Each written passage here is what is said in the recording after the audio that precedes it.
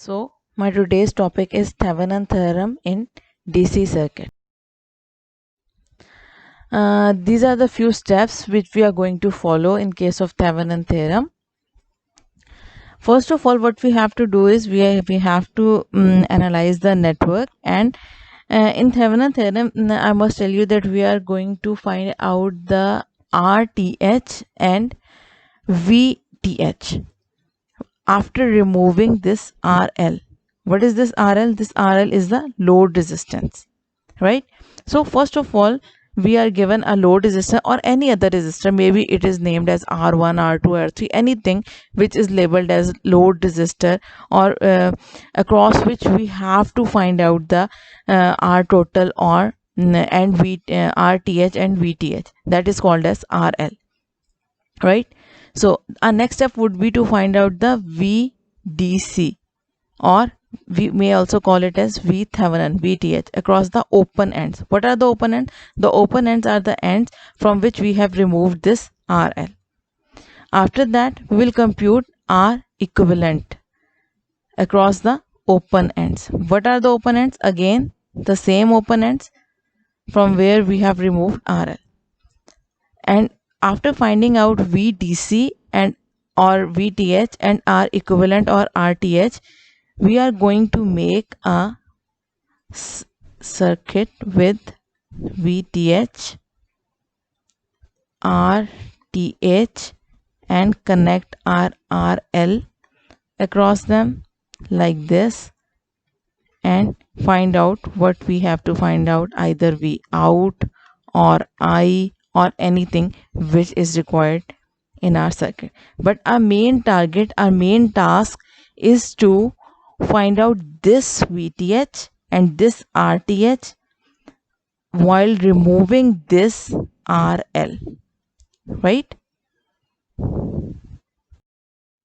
Now we are going to solve an example with the help of Thevenin theorem. Here what we are going to do, we are going to remove this RL. Why? Because RL is written over here. In your book you may also see that R1, R2 or R3 are labeled as RL, or it is in the statement of the question that find out the RTH and VTH across the resistor R2 or across the resistor R4. So that R2 or R4 is considered as RL. As I am considering this RL over here, you have to consider that resistor as RL and adopt the same procedure as I am doing over here.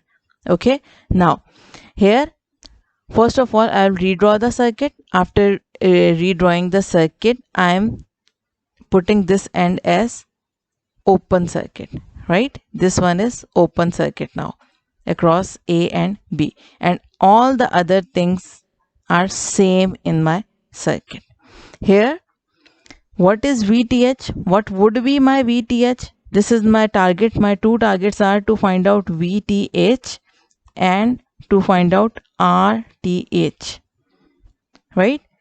In this case, what is VTH? The voltage across these ends. What is the voltage?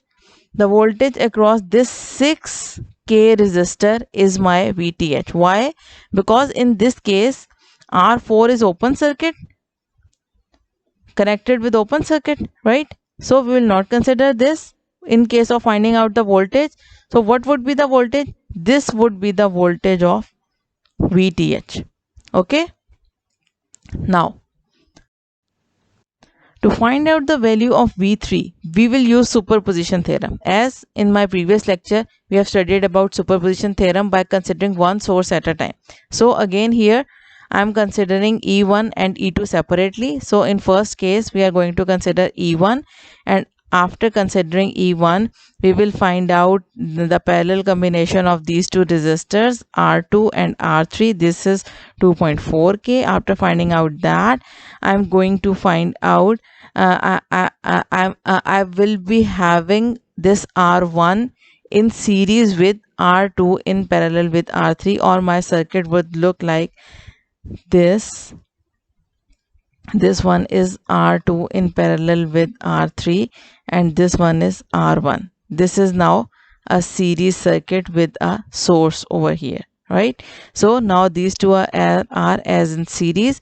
So we can find out the voltage across this parallel combination. This would be same because they both are parallel as previously we have studied. So we will find out with the help of voltage divider rule. 24 kilo ohms, this was the value 24 kilo ohms, the parallel combination of R2 and R3, divided by 2.4 plus 0.8 kilo ohms multiplied by 6 volt, that was total voltage. Now in second case I'm going to consider a E2, this 10 volts, right? Now again I have to find out this V3 double bar as we have previously done in case of superposition theorem.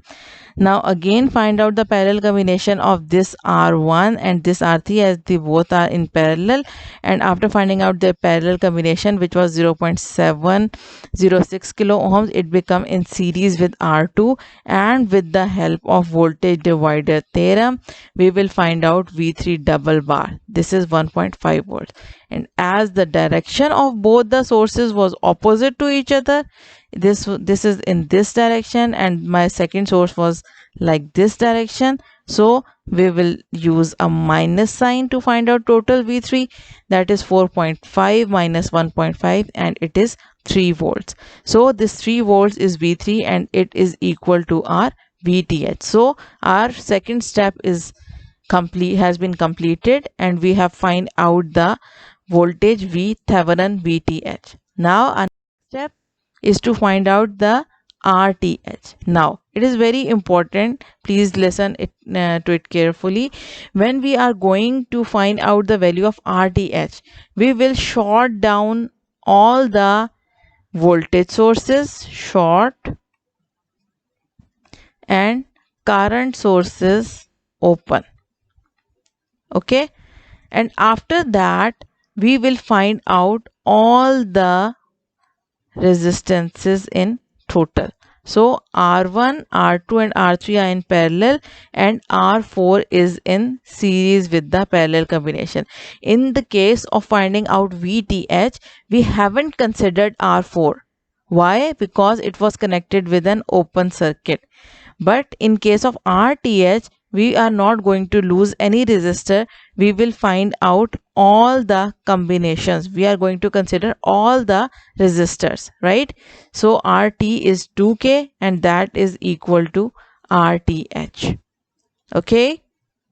Now we will redraw our required circuit with the help of VTH, that was 3 volts, and RTH, that was 2 kilo ohms, and we will connect it with RL. Okay. Now you have to practice all the examples and exercise questions related to this Thevenin theorem for your own practice and to get command on the topic. Thank you.